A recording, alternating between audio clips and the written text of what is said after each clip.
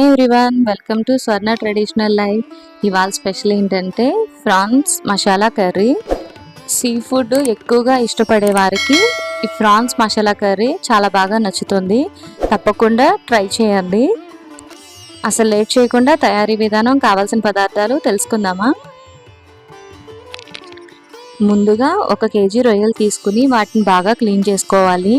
Clean చేసుకునేటప్పుడు కొద్దిగా పసుపు, ఉప్పు వేసుకొని క్లీన్ చేసుకోవాలి. ఎందుకంటే ఫ్రాన్స్ నీచు స్మెల్ పోతుంది. అది క్లీన్ చేసుకున్నాక పక్కన పెట్టుకోవాలి. తర్వాత 2 మీడియం సైజ్ ఆనియన్స్ తీసుకొని చిన్న ముక్కలుగా కట్ చేసుకుని పక్కన పెట్టుకోవాలి. ఒక పెద్ద సైజ్ టమాటా తీసుకొని చిన్న ముక్కలుగా కట్ చేసుకుని పక్కన పెట్టుకోవాలి. తర్వాత 1 ఇంచు అల్లం తీసుకోవాలి. తర్వాత ఒక 5 to 10 వెల్లుల్లి రెబ్బలు తీసుకోవాలి. ధనియాలు, కారం, కొబ్బరి, గసగసాలు, పసుపు, లవంగాలు, దాల్చిన చెక్క,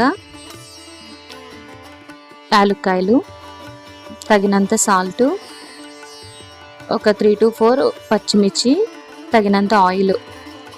తర్వాత తయారీ విధానం: ముందుగా స్టవ్ వెలిగించుకొని కడాయి పెట్టుకొని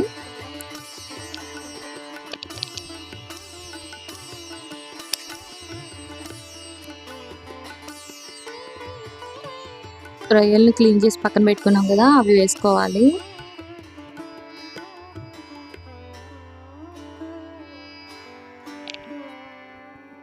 అందులోనే 1 కప్పు ఆనియన్స్ వేసుకోవాలి.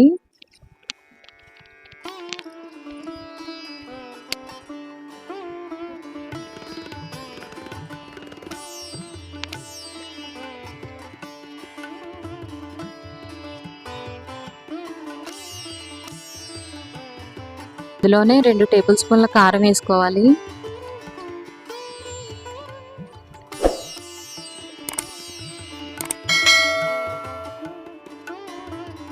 హాఫ్ టేబుల్ స్పూన్ పసుపు వేసుకోవాలి. తగినంత సాల్ట్,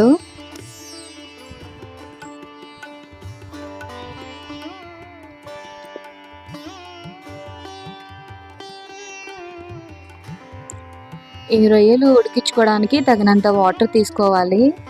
ఒక 100 ml అయితే సరిపోయింది. ఇది ఉడకడానికి మనకి 10 minutes టైం పడుతుంది. మూత పెట్టుకుని ఉడికించుకోవాలి. తర్వాత మసాలాను ప్రిపేర్ చేసుకోవాలి. ఇది తడి మసాలా. 1 స్పూన్ గసగసాలు తీసుకోవాలి. తర్వాత 2 టేబుల్ స్పూన్ ధనియాలు తీసుకోవాలి.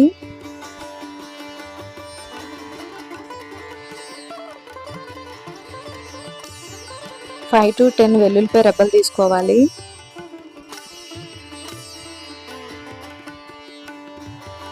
కొబ్బరి చిన్న ముక్క సరిపోతుంది.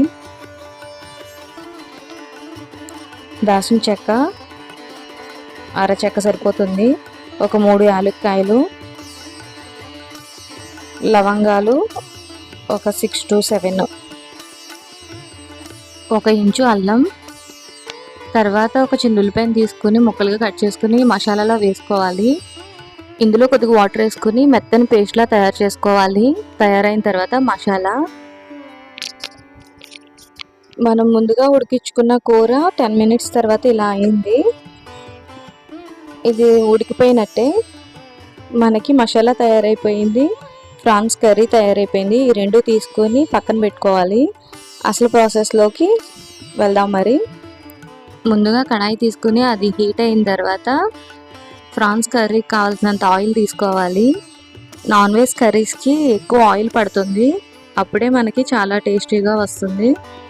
ఆయిల్ హీట్ అయిన తర్వాత మనం ముందుగా ప్రిపేర్ చేసుకున్న మసాలాని వేసుకుని వేయించుకోవాలి.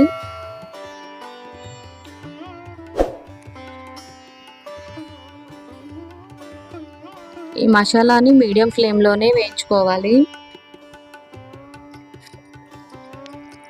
ఇది వేయించుకున్నంతసేపు మనం తిప్పుతూనే ఉండాలి, ఎందుకంటే దాంట్లో కొబ్బరి వేసాం కదా, మనకి త్వరగా అడుగంటుతుంది. హై ఫ్లేమ్లో అసలు పెట్టుకోకూడదు. అందులోనే కొంచెం వేగిన తర్వాత కొద్దిగా కరివేపాకు వేసుకోవాలి.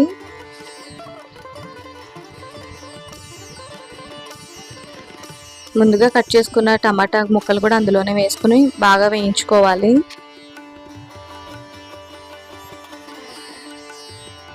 అందులోనే పచ్చిమిర్చి ముక్కలు కూడా వేసుకోవాలి. వేసుకుని బాగా తిప్పుతూనే ఉండాలి. అది వేగినంతసేపు మనకి మంచి అరోమా వస్తుంది.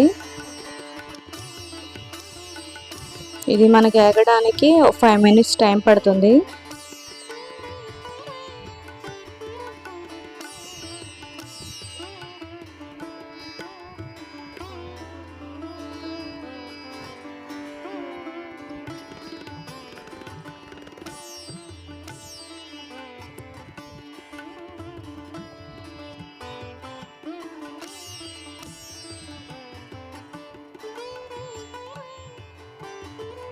అది 50% వేగిన తర్వాత మనం ముందుగా తయారు చేసి పెట్టుకున్న ప్రాన్స్ కర్రీని కలుపుకోవాలి.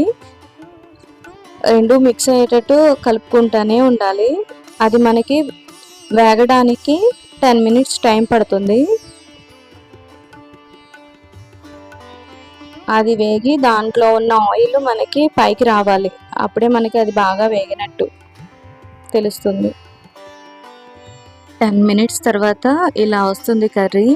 10 minutes కూడా మీడియం ఫ్లేమ్లోనే వేయించుకోండి. హై ఫ్లేమ్లో అస్సలు వేయించొద్దు. ఈ మసాలా ఫ్లేవర్ అంతా మనకి రొయ్యలకు పట్టి మంచి టేస్ట్గా తయారవుతుంది. ప్రాన్స్ మసాలా కర్రీ తయారైపోయింది. లాస్ట్లో స్టవ్ ఆపే ముందు కొంచెం కొత్తిమీర వేసుకొని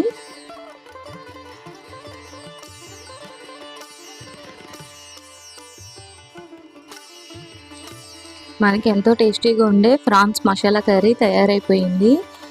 దీన్ని సర్వింగ్ బౌల్లో సర్వ్ చేసుకొని